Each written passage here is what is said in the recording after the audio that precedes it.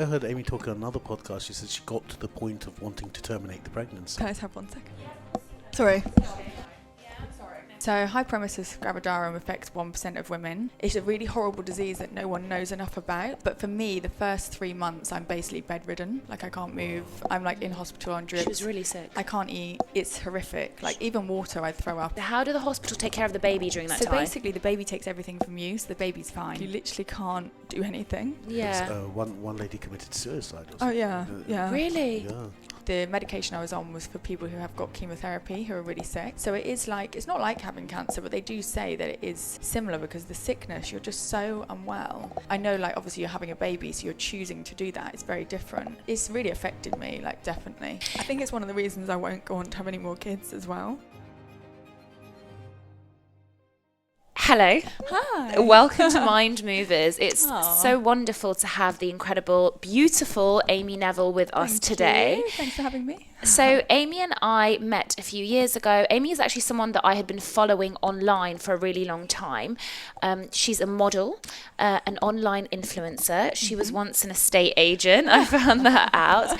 And has really taken the online world by storm because she has really sort of made modelling, I think, a really sort of, you've made it different, Amy, to me, because also, like, I think archetypally people always think that, like, models are a certain way, but I think your journey was incredible because you started doing content without even having, like, a contract yet, without even being part of an agency. And, you know, I mean, everyone's talking about Tube Girl now. Do you know Tube Girl? I know. And I remember seeing you, though, in these huge ball gowns, literally, on the tube. I don't do that enough. Yeah, and, you know, so you were somebody that really showed, like, confidence and what it's like. And then, obviously, as life developed, you know, becoming a mother and really balancing that. And that was something that I really, like, ask you about every time you're in the dental chair, you know, what's it like and has it impacted your life? Yeah. So really excited to have you on today, Amy. But tell us a little bit. So I like to always start from the beginning.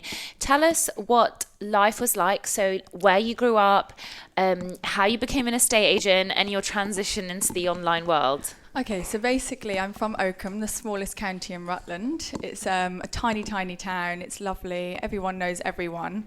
I always wanted to move to London. It was like my thing. Like, I was a big city girl. I wanted to do modelling. I knew I couldn't succeed where I was. And I actually said to my dad, I want to move to London. Like, I'm not the village girl. So I moved down at the age of 17 with my ex-partner. But I actually had to go and work as a receptionist at a solicitor's, this is my whole journey. So I was a receptionist at a solicitor's. I kind of did assistant work, estate agency. I did loads of different jobs because obviously with modelling you have to build your portfolio.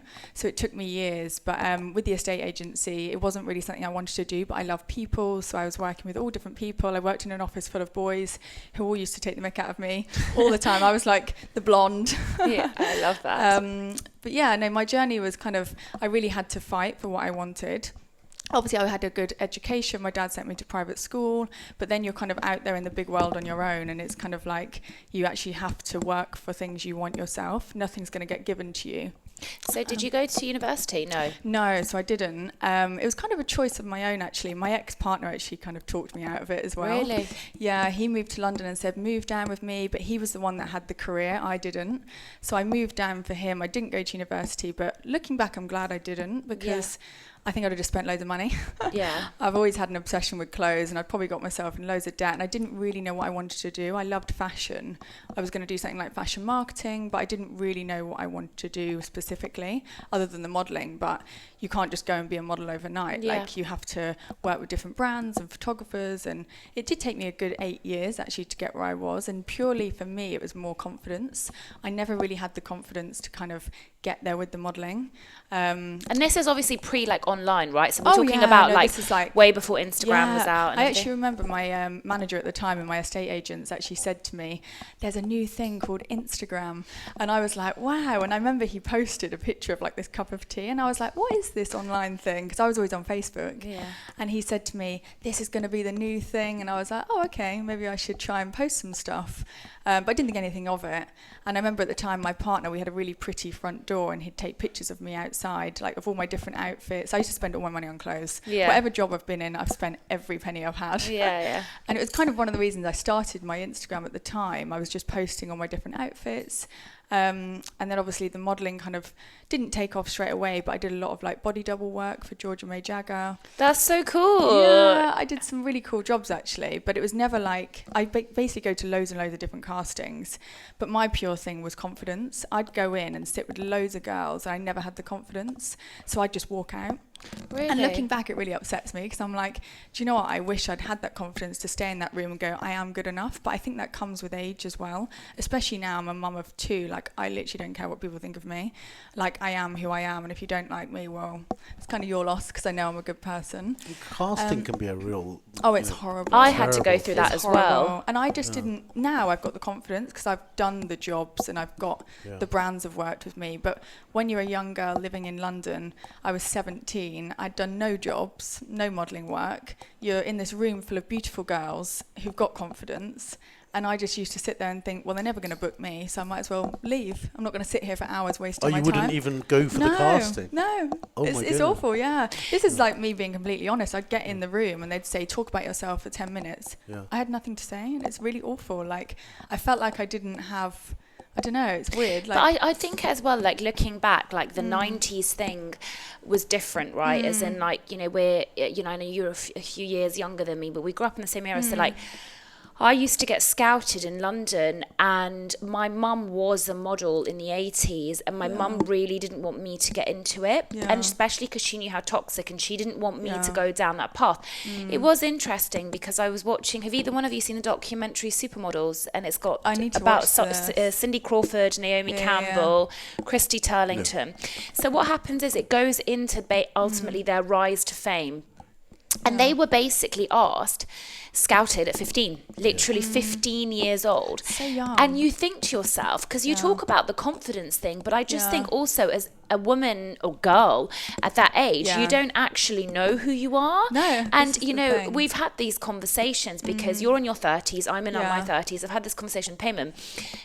Society basically says, as a woman, we are more desirable the younger we are. We've had this conversation, and then, but your confidence comes in your 30s. Exactly. So it's quite funny because you don't actually own who you are, you know, in your 20s and your teens, and then suddenly. So I think there's like a different type of confidence and sexiness that comes with that in your 30s. I think of that as like the Princess Di effect. You know, like she was a beautiful 19-year-old, whatever she was when she got married. Yeah. But was she 19? That's crazy. She was a teenager. Really? But then when she died, or just before she died, she was 30, whatever it was. Yeah. She was even more attractive because confidence. Oh yeah, confidence is had moved everything. into her. I do believe that. That's my thing. Confidence so is everything. So let's talk about that. So you were at this stage in your life. You went to these castings. Did it have? Do you think, looking back now, or perhaps you didn't know, it had any effect on your mental health going in that room, especially with being like in a room where you're judged by the way you look? Yeah. Oh God, massively. Even now when I meet people, I think everyone's judging me on what I look like because of my job. And actually it's even now I have it, and it's hard because you can't get that away. Do you know what I mean? I've been in rooms where they've gone, you're not tall enough, you're not skinny enough, you're too skinny, your boobs aren't big enough, your lips aren't big enough. Like there's so many different things. And I've actually had my lips done, like everyone knows it, so I'll tell everyone. But I had this thing where I was on this QVC doing beauty stuff, and the guy behind the makeup artist was going, get her off, she's got no lips, get her off, get the other girl on. And I was sat there and the camera was there and the lights were on. I was looking there and I was just thinking, oh my God, like, and then I got this complex about my lips. So I do think it's hard to stay completely true to who you are, especially when they're judging you on what you look like.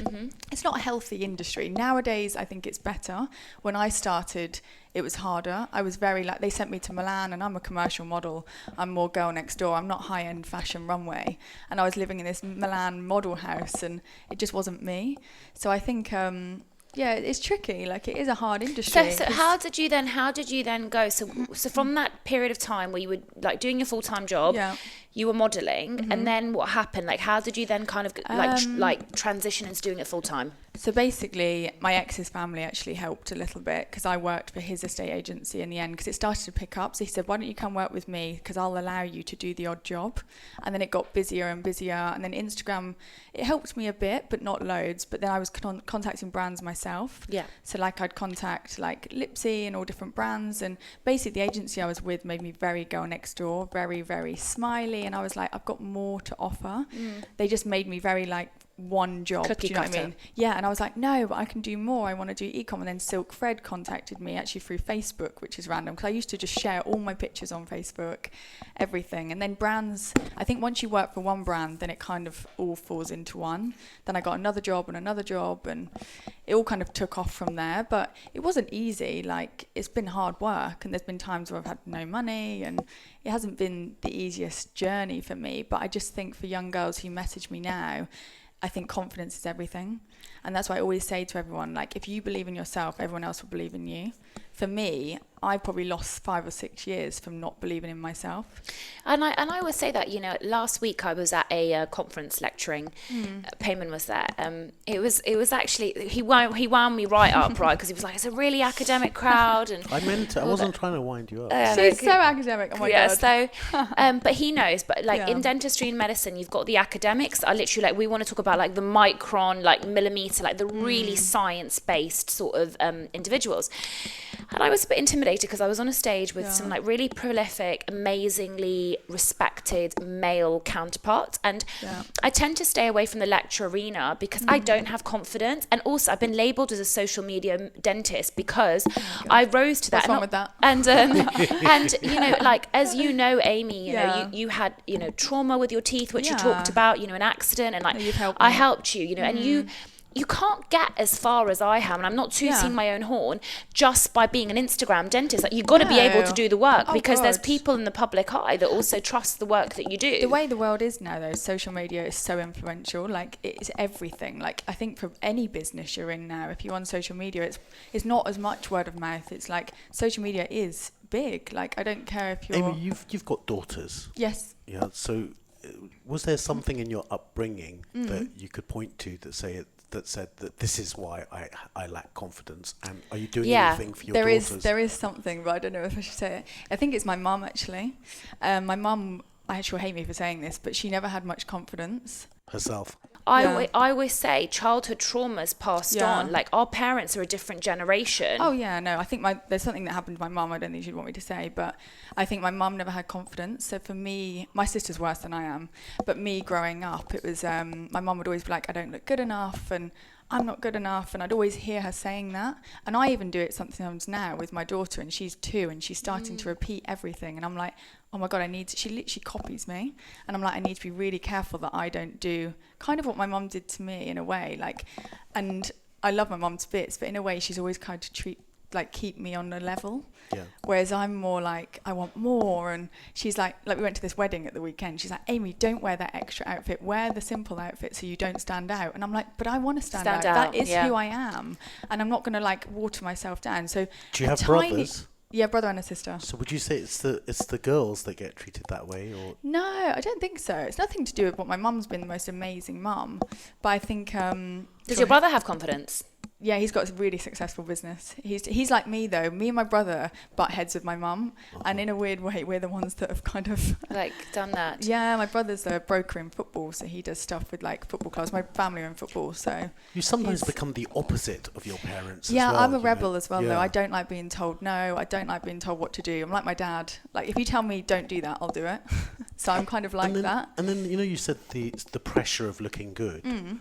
Is that a daily pressure too? I mean, I can see you've got a gigantic following. Yeah, it's even going to nursery. Like, I'll go to nursery today. You've got to worry about the way you look in every moment. Yeah, it's quite sad, isn't it? Well, let's talk a little bit. Let's take a step back, right? Because Payman's touched on the daughter thing, right? Yeah. So first of all, was it a conscientious decision where you were like, right, I'm ready to have a baby, and how did it change your life? It's changed my life in every way. The only thing I'd say is the first doesn't change your life as much. I think the second one's changed my life, but I'm kind of used to being a mum. I found with Harper I was a bit resentful because I was like, you've changed my life so much, even though I chose to do it. And it's the best thing ever, but also it's the hardest. And I think the one thing I've had a lot of hate for is being a mum that works. And I found that, it's kind of like, there was something someone said online about me recently, and I kind of sat down with Will and I got a bit upset, but then I was like, I'm not going to let them upset me. I'm actually working really hard to give them the best life possible. And I don't want to live off my partner. I'm very independent. Like, I want to know that if anything happened between us, I'd be fine, even with my girls. Yeah. And I think too many women, especially women I know, live off their partner, and that's fine. But I've never been that way. I was in a controlling relationship before by money, and I will never live like that again. But everyone's different, aren't they? And I don't think you can say what's right or wrong. Like, some people love that and some people don't, and that's fine. And I never judge. I think I'm someone who will never judge other people. Me too. I think if you're happy doing that, fine. Doesn't bother me. It doesn't affect me. But I think a lot of people judge, especially online, because I share that I'm working and I'm a mum, and sometimes I think it's probably because they're jealous. Do you know in a weird what? way. I think there's a lot of different things that you've said, and I think it's really interesting. First of all, the one thing that stood out was that you said that your mum said that you should you shouldn't stand out. Yeah. And so, as I was saying, with the lecture that I did, people said to me, just putting yourself online, like, can you cope with the trolls? How is it putting yourself out there? And my answer was, like, you just never know. Yeah. And you can either be just like living life really blandly or like low key, but ultimately, at the end of the day, you'll regret not ever putting yourself out there. Exactly. So I don't have regrets. Yeah. The second thing is that you also said you are judged for your appearance. At the end of the day, you're a beautiful woman. And I think people are so quick to judge, being like, she's got to where she has because of her looks. I get that sometimes as well, you know, not that I'm beautiful, but as in, like, I get that, but like, as in, like, I get that where people assume that because you enjoy, like, your youth, your fashion. Rhona, listen to this. I think this is important nuance, right? Go on. Both of you have gotten to where you've gotten partly because of your looks. I mean, she's in the looks business. Yeah. Do you know what? She's in the looks business. I think looks are only 10% of it, though. Okay. So you think pretty privilege is a thing? Pretty does help. Wait. Yeah, go on. Yeah. So even Tom, Dick, or Harry get to where they get to because of their height or whatever. Yeah.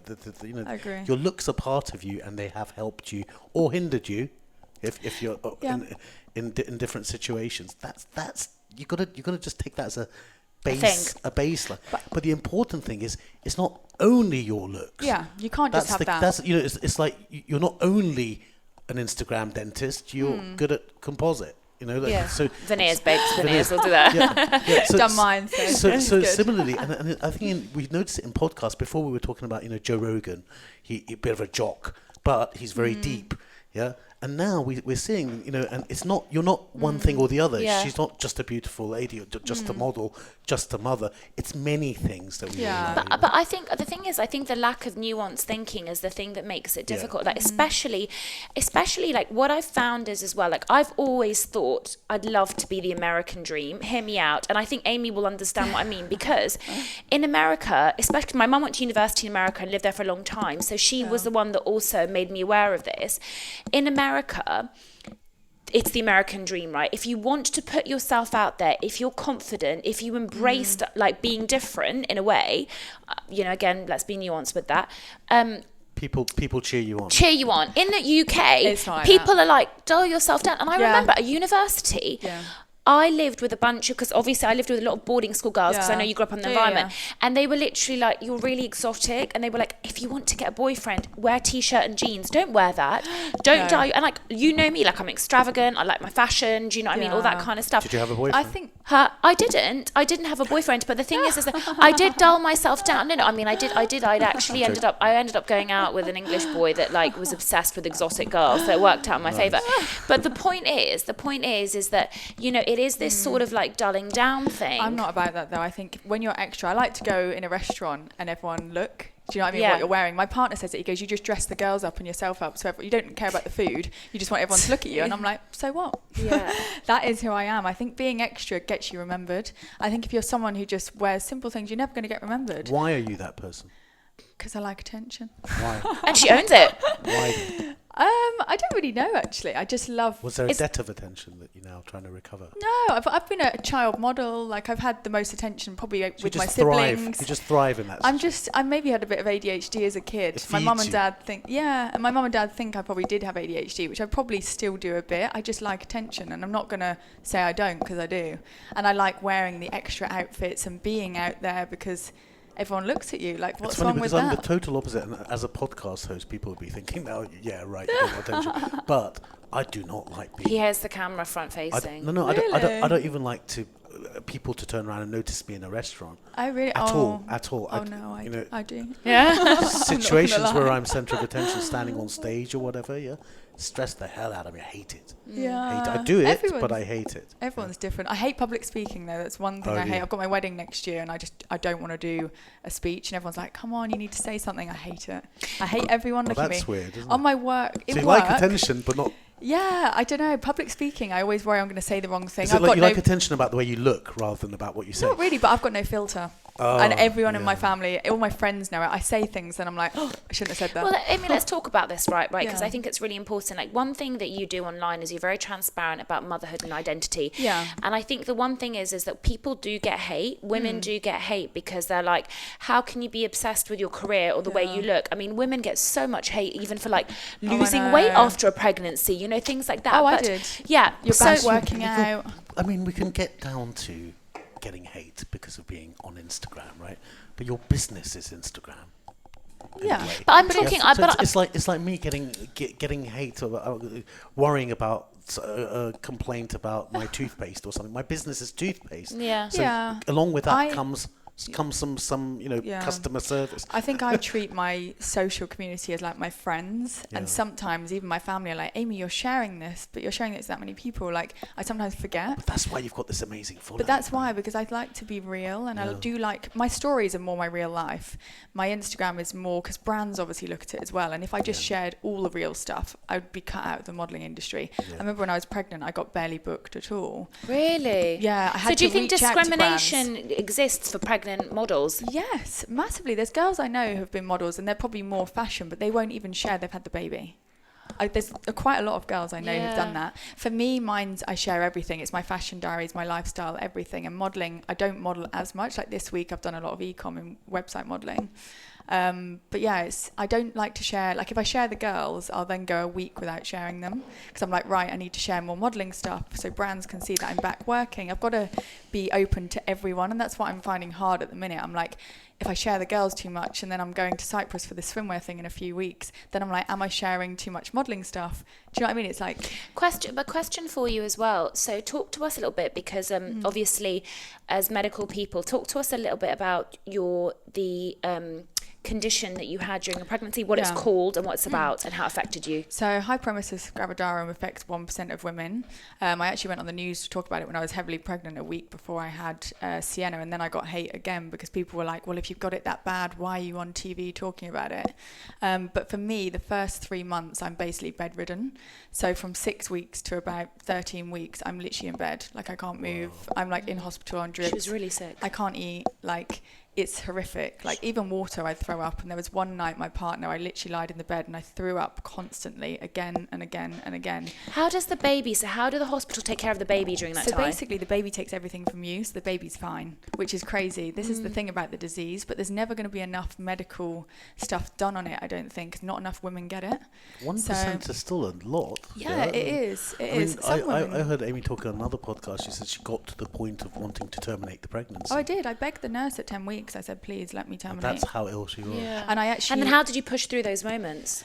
I don't really know. Do you know what? Instagram helped me a lot, and this is why I'm so thankful to my social following. Actually, for so many things in my life, losing my nan when I actually had a really low time, I turned to my Instagram and shared loads, and I got loads of people messaging me.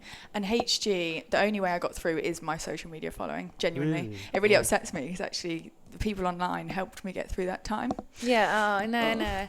Yeah, I'm really glad because obviously I remember as well, like you were messaging me at the time and you were in hospital and I was checking in on you. You know, it's all right. It's one of those times because I'm such a doer and I was in bed for so long, like you literally can't do anything. Yeah. I mean, it's a serious thing. You said that one lady committed suicide or something. Oh, yeah. Really? Yeah.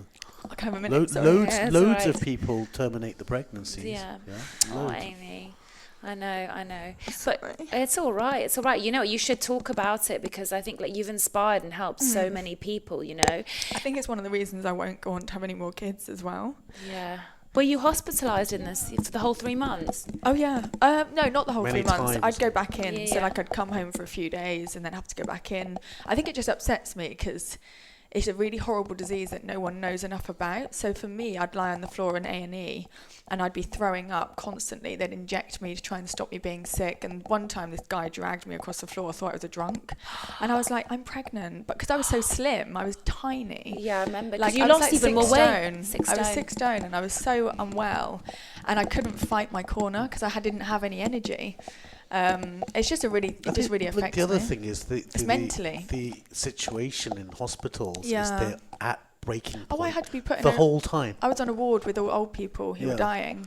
Like, so you know, I was like sleeping in the corridor is normal. Oh, it's and, awful. You know, just when things are bad. This is why I won't do HG again. I think if there was the right support, I'd probably go and have one more child. And there's no specialists like gynecologists or not really. obs, really? Not really, no. Like, unless you pay for it and go to a private hospital. And people don't have that privilege, really. Well, exactly.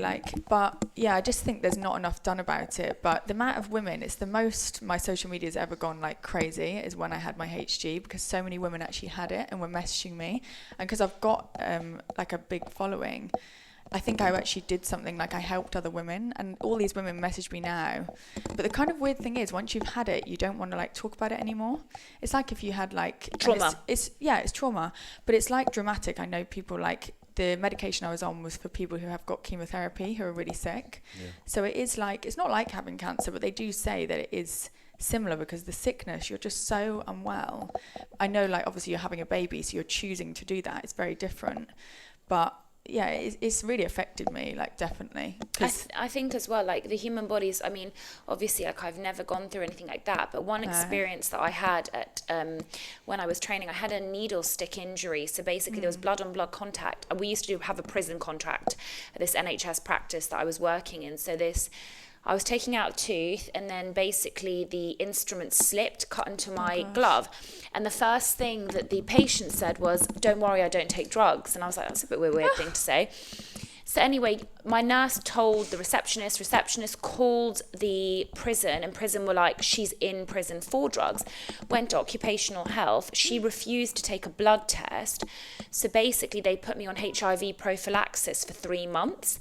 And I got really sick. I was one of those people, again, in like the 1%. Yeah. I was constantly vomiting, fainting at work and stuff. And like you said, it becomes like a distant memory, because I think the human body, when it comes to trauma, we protect ourselves in the same way that you'll see that, like, people that have been in car accidents and lost their families, they dissociate, right? Because at the same time, but you've been such an amazing inspiration to so many people. So I think I get upset, though, actually. The reason I always get upset is because of my social media following. That's why I get upset, because I'd think without them I wouldn't have got through that time. I'd sit on Instagram all day in my bed, from literally the minute I woke up to the minute I went to bed, just literally sharing stories, talking to people, like, and that's the only way it got me through mentally. If I hadn't have had those guys messaging me and all those women, I don't know what I'd have done. What I feel bad about now, though, is I don't have the time to message anyone back anymore. Because I was in bed the whole time. I literally would be on my phone all the time. But it's community, right? Because, and I always say, it's an online community. But it's like, it's a community that, you know, people underestimate. And at the time, you didn't have anyone available with you, so you had to reach out to your online community. And there were women who'd gone through it, and I think that's the reason I get upset, is because I know how important my Instagram is as well. Like, people say, oh, you're just posting this and that. I'm like, no, there's so much more than that. Like, I'm helping people, and I'm not someone who'll share, I've got a new handbag. Like, people look at me and they've said things about me, or you buy designer stuff. I'm like, I don't just buy designer. Like, I like to inspire women that if you work hard, you can go get it. Like, Will actually said to me, if he gets this deal at work, he's like, I'll go buy you a Chanel bag. That doesn't get me the same. I'm like, I will go buy my own bag. Yeah. Like, I've always been like that. Yeah. Like, it's nice to be bought something. Like, I've got watches and my car and all these nice things, but I like doing it myself. And actually, that gives me the buzz even more. Do you know what? Payman said something, I think, that really stuck with me on initial. He was like, also, when people come from a privileged background, people judge it. Like, people love the rags to riches. But then he said, it's unfair, because if you do come from privilege, why can't you be successful? Exactly. And why can't people be like, this person's actually, you know, they call it like nepto babies or something like now, like, you know, like if you're born, so like if you're a successful successful model. Oh, well, she's Cindy Crawford's daughter, so obviously, like, but it still doesn't. Yeah, but it doesn't mean. And also, equally, there are people that are very rich and successful, and they have kids that go on to do nothing. Do you see what I mean? Definitely. So I think, like, we need to recognize and celebrate that, like, privilege exists. It will give you, but it's also what you do with that. And sometimes it's harder to be more successful because people assume that you've had that. I think just in our field, if you're treating a patient privately with toothache, awful toothache, his pain, he could be a billionaire, his pain is the same as if you're treating someone who's on the NHS and unemployed. The pain is the same in that patient. Yeah. The one thing for me is when I sat in A&E and I literally went in there, Will packed a bag for me and I had my joggers on, and normally I'm glam and got my nice watch and my jewellery and everything on. I had nothing on that day. And I actually looked around the room and everything was put into perspective for me, because I was like, actually, all those things that I've worked my arse off for doesn't matter. It won't make me better right now. Like, I was like, literally, all I want is for you to say, give me a drug and make me better. For me, I sat there and I thought, I'm literally here with this Sainsbury's bag that Will had given me, this little yellow Sainsbury's bag. I sat there so unwell, literally on a drip in the room, like so unwell.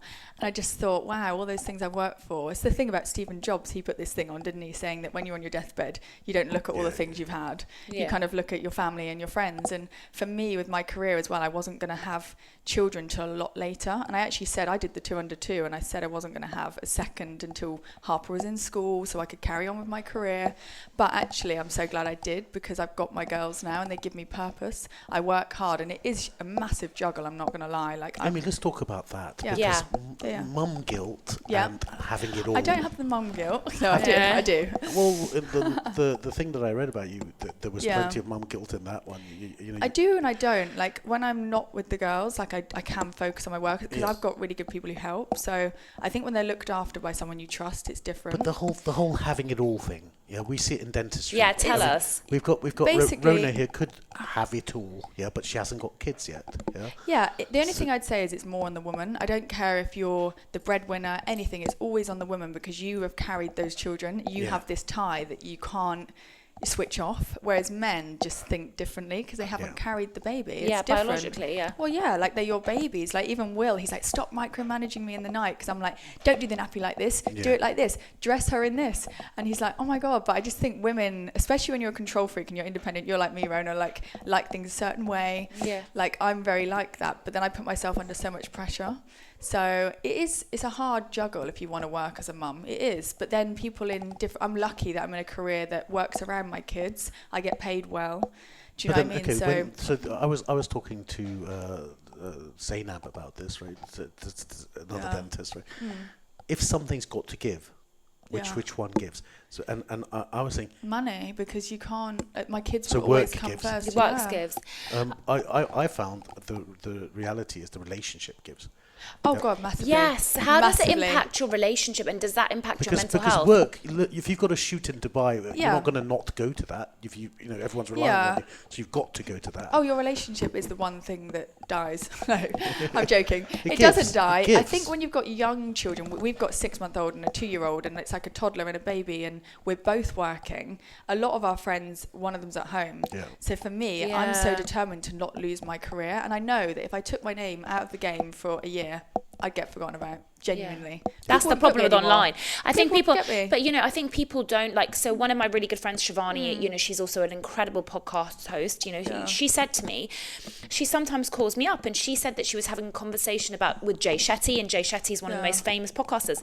He goes to her, don't not post. You have to post every day, because people will forget. Well, even you have to do it every single day, because people will forget. You both know that. Well, even before I was here, I was literally like, I've got 10 minutes, I need to post something. I haven't done it yet, but I'm like, I have to post today because I need to stay relevant. But that's the pressure I have when I'm with my girls. It's like, do I sit on my phone? And sometimes I do, because it is my job as well. It's my business, and I'm the only one who can do it. But I mean, we've hired models, and some of them have Instagram and some of them don't. So is the Instagram really important to getting work? It is now. Listen, Payman, I think you're forgetting something. Like, the models you're talking about, they are soon going to be forgotten. Let's think about this, right? So when I was watching the documentary with the models like Cindy Crawford, Naomi Campbell, right, they got scouted. They said they'd often get a photograph taken. They wouldn't see it until it was in the magazine. It barely gets retouched. You see what I mean? Everything was done in that motion. Those were the women that were the campaigns on Versace, Dolce & Gabbana. Now we've got Kim Kardashian that is walking the catwalk, and Kendall and all this stuff. It's influencers. They're influencers. And as Henry said last week, people want to be influencers more than they want to actually be celebrities and other singers and actors and stuff. So actually this world, like I think if they don't do online, they will get forgotten. They're not moving with the time and they haven't pivoted. Well, agencies, this is why I don't work with an agent, because they put so much pressure. I've done the agent thing at the minute. While I've got young kids, I'm not working with agents just because of the pressure. I can't cope with it because they're like on you. But I think any agent, like big models, the weird thing is I looked at girls when I was growing with my career and they were like the big time girls, and now they come to me and go, what do I do for this? Who do I work with? And I'm like, actually the tables have turned. And because of social. Well, and also I share what I want to share. I work with photographers I want to work with. I know my angles. Like I'm going to Cyprus for a swimwear campaign. They could have paid a whole team, but they'll pay me because they know I've done it 16 years. I can go work with my photographer. You know what you want. I'll get the same images. They can use them for the website. Probably cost them half as well. Like I just think the whole industry's changed. It has. But massively. my question for you as well, does it ever cross your mind? Obviously, like, you're a beautiful woman and you will continue to be beautiful. But we know that in a way, the way that we look is a depreciating asset, right? Because we get older, and don't get me wrong, there are older people in the modelling industry, but does it ever cross your mind? You're like, can I do this forever? And what happens when like my time is up, dare I say? Yes and no. I think I want to be someone who just keeps going. Yeah. And I think actually age is... Do you know what I mean? It's women at 45 who look amazing. I think you just have to embrace it as well. And you move into a different genre as well with different brands. And I just think I'll move with the times. And to be honest, I live for the moment. Harder with children, but I do. Like I'm very much, this is my time right now. And if something changes, I'll change it. Like I'm not like, oh my God, if this changes, because everything in life changes. People get ill, things change, money comes and goes, like relationships. So actually I'm not scared of getting older because you don't even know if you'll be here. Do you know what I mean? I've got friends who, I don't know, like lost parents recently, and I like to live for the moment. I don't like to think about the future. But I do invest. Like I think you have to invest in things, and property, like maybe I'll go into property. I love interiors, but I'm happy doing what I'm doing now. I'm just not that person because it will stress me out otherwise. Then I'll be like, oh my God, what are we going to do at 45? Do you enjoy I mean, it doesn't feel very enjoyable, a photo shoot. Do you know what? I love it. I love making content. I love content. Day, right? I do love content, but I go through stages. Like this week, I've just done modelling for brands, and I'll turn up, do the shots, and then go home. And you like it? I've lost the love for it. I think because I've done it all. I've done the beauty campaigns, I've done the swimwear. Long days, and I did a TV advert that was waiting around. I used to get the buzz because I'd be like, oh my God, it's all about me. I'm on this shoot. It's amazing. I think because I've done it all, you kind of don't get, it's like anything, isn't it? It's like dentistry, I was going to say. Do you remember like the first time you do a really successful composite bonding case, you're like, amazing. You do composite bonding every day, you're like, whatever. Do you know what I mean? Like, I've done it. That same kick anymore, but it's a job, and I'm lucky to have a job I like. I think there's a lot of people out there who hate their jobs. They don't like their jobs, and I feel blessed that it works around my girls. I've got my own business. I make good money, like, and I love doing what I do. I do love my content creation. Have you pivoted to TikTok as well? Not yet. This is my thing. I will very soon, but not yet. I just think at the minute I've got so much pressure. We're basically planning an abroad wedding. I've got a 6-month-old baby. Most women don't go back to work for a year. I've been working since she was a week old, dealing with a toddler. I put pressure on myself a lot, and then I have a breakdown. I basically can't cope. So I'm kind of like, I know what I can cope with at the moment, and Instagram's fine. I will come back and I'll do more YouTube next year, TikTok when they're both in nursery. But at the same time, I'm not going to put pressure on myself because it makes me ill, and health is everything. Totally, and I really relate to that because I know sometimes like you can get physical symptoms like and the stress. I'm that kind of person. I go and then I get really ill with flu. Like me. I get ill like once every 2 months. At one point I had to see an endocrinologist because also like there is this element. I'm like, do I have ADHD where you like multitask 10 things at once, you know? And then you're just literally like, I'm so exhausted, and your brain like in the middle of the night starts thinking about stuff. So I'm the same. I think it's like super interesting. burnout is actually a thing as well. Like I actually had it. I went to Dubai when Harper was 6 months old, shot this swimwear campaign because I was like, I don't want people to forget about me. Literally took my mum, we were shooting every day, came back and I ended up in hospital. And the doctor actually said to me, he goes, you're someone who likes to just do, aren't you? He goes, how long ago did you have your child? He goes, you'll end up in here with sepsis if you don't stop. He goes, you're going to get really bad infection. I mean, so look, the mind-body connection, right? It's we used to totally have them as separate things. I've been unwell a lot in hospital, so I'm like, do you know what? You know, you can get physical illness from mental. Yeah, exactly. And the opposite, right? And the opposite, if you're got pain all the time, that can make you depressed, right? Yeah, I know what I can cope with, and right now I'm coping, but I can't cope with anymore. Yeah. So do you think now, like, as you've become a mother, as you've become like more wise in the game, that you've been able to prioritize the things that really matter to you?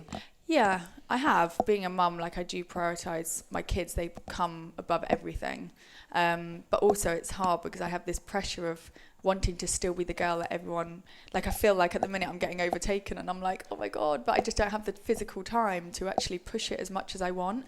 But I know everything comes and goes, do you know what I mean? So I know next year I'll be able to push it more, and I don't want that to be detriment to my girls.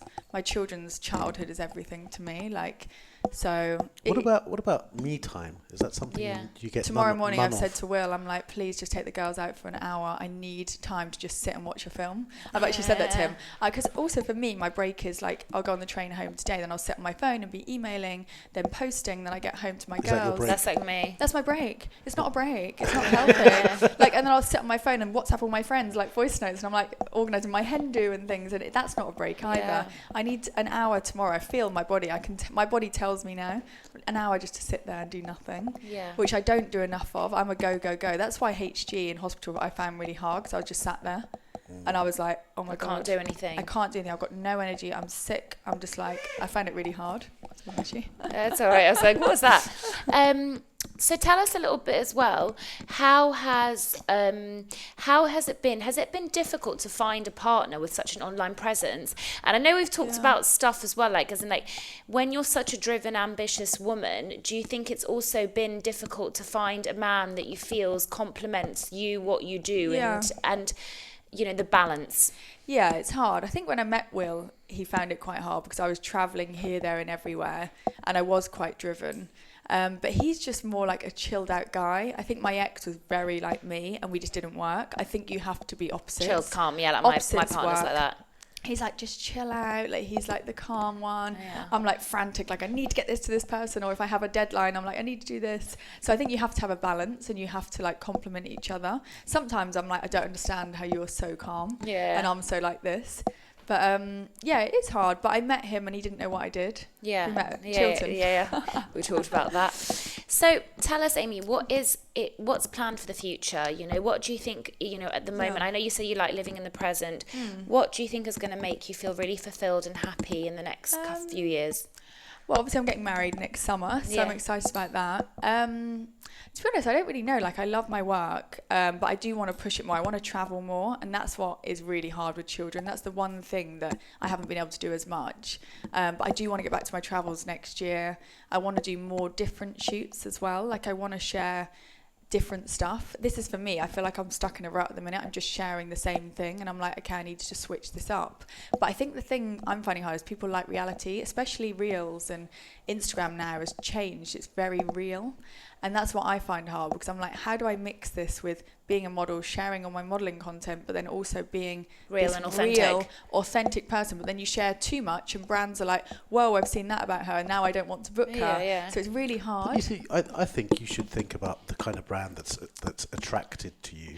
Yeah, well, actually, the brand I've shot for her for 8 years on Tuesday, and she said the reason I've booked you again, obviously I sell well for her, but she goes, you're a working mum, so you inspire women. So when they come to my brand, they like you as well, they follow you. And I think there's a space for that, like you said, like there is a space, because you were talking about it, and it's like the lack of do you know what I think? Controversial. We are controversial on this podcast. We don't have a filter. Like me. I think women that get so angry and give hate to mums that still work are triggered in some way. In fact, anyone that gives hate they're triggered. They must be. And I think, like, the thing is, I have always been honest, like, and it's funny because people online, by the way, they like, oh, she's obviously like a single career woman. I'm like, hun, I've been in a relationship for like years, just because I don't show that side of me. But it's almost like people find it really difficult to resonate with the person that's really ambitious and wants to work and wants to be a good mum. Rhona, but why do you care so much? I mean, Amy just says she no longer cares. You still do a little bit. I had this thing recently. Will's basically got he went to Loughborough University. He's got a big circle of friends, all really good mates, all sporty. And obviously all the girlfriends and wives are kind of friendly. And this girl will hate me for saying this, but she was awful to me. So basically out of nowhere, she just decided she didn't like me. And this is what I get a lot, especially with women, especially being mums. She's decided she doesn't like me for some reason. She follows me on Instagram. So the partner rang up Will the other day and said, she doesn't really like Amy. They don't click. She's not really her kind of person. But Will's so chilled out. He was like, yeah, fine, whatever. Didn't say a thing. Came off the phone and told me. I said, what? I said, that's really rude, because I kept trying to meet up with her with my daughter to be like a friendly mum. She just doesn't like me for no reason. So I was like, I find that really upsetting, because I'm like, I've never done anything wrong. Yes, I share the girls online. She does the whole covering the faces and things, very like different to me. Yeah, but this is more serious. This is more serious, right? This is an actual person she knows. Oh, it happens to me all the time. I had it with another. Of course, hello. Some random person. Listen, my love, you think it's all just randoms. I get it all the time from like different people. But and his mate's partner, who this other guy is like friends with, he now broke up with the girlfriend. She didn't like me for no reason. She'd isolate all the girls away from me if we went to events. What do you think is competitiveness? It's just, I don't know, they must be insecure, because why would you be like that to another woman? I am all for supporting other women. You don't give off like, nasty vibes. No, I'm not. I'm not like that. I've not been brought up to be like that. But there's a lot of, Will's noticed it, a lot of women just don't like me. But you know what, I tell you one thing, I think as well, it's literally like people get triggered by things that they see in other people that they need to work on in themselves, And I've recently been doing them. I'm like, why is this upsetting me and why is this triggering me? Because actually I need to work on this myself. Amy, we could talk to you for hours and hours, because, you're such a great woman. I'm so grateful that you've come on to this podcast. I think that your journey is really brave. I think you've inspired a lot of women, especially. Sorry for getting upset. No, it's okay. And there's certain things in life, though, isn't it? When you talk about them, and you're like, oh gosh, every time I talk about that. Yeah, I was upset when I was listening to the podcast about it. Oh, really? To your other podcast was upsetting. Yeah. No, it's hard. I think unless you've been through it as well, it's really hard to like. My partner will say, whenever I say about another kid, he's like, no way, because it really affected him and his work. Of course. But now you've got 2 beautiful daughters. You're going to inspire them and instill them. Yeah. And thank you so much. We've really enjoyed it. Thank you so much for having us here. Thank you.